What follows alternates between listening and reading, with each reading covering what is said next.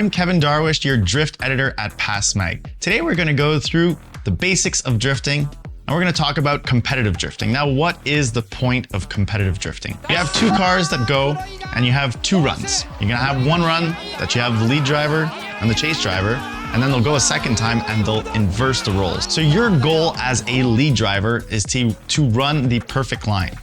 Now, as a chase driver, your goal is to mimic what the lead driver is doing. So we went through the office and found some two cars to give you some examples. So we have our green R34 and we have our red RX-8. So when you're going down the stretch, right before initiation, most of the events, the judges want the chase vehicle to be at the rear wheel of the lead vehicle.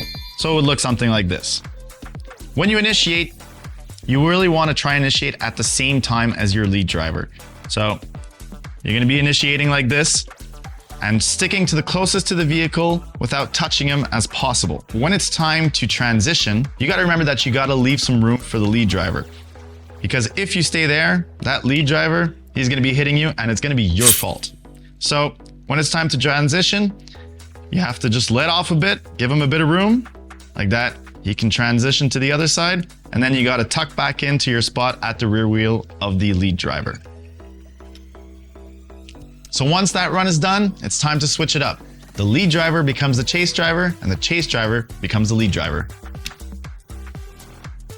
On the track, you have clipping points, inner clipping points, outer clipping points. And you also have outer zones. So what are those? I drew up a track to give you an example of what an outer zone, a clipping point, and a touch and go would look like. So, oh, we're missing one thing, clipping point. Somebody handing me that chocolate over there?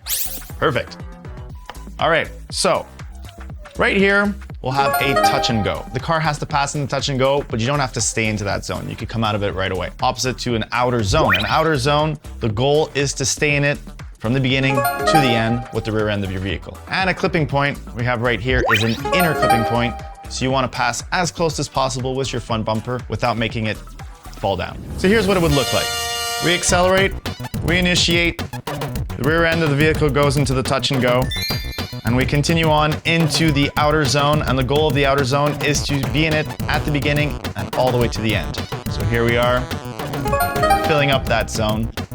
Finally, we have our inner clipping point. We want to hug that cone with the front bumper all the way around without knocking it down. And that's a perfect run. I should open the chocolate and eat it. Snack time, guys.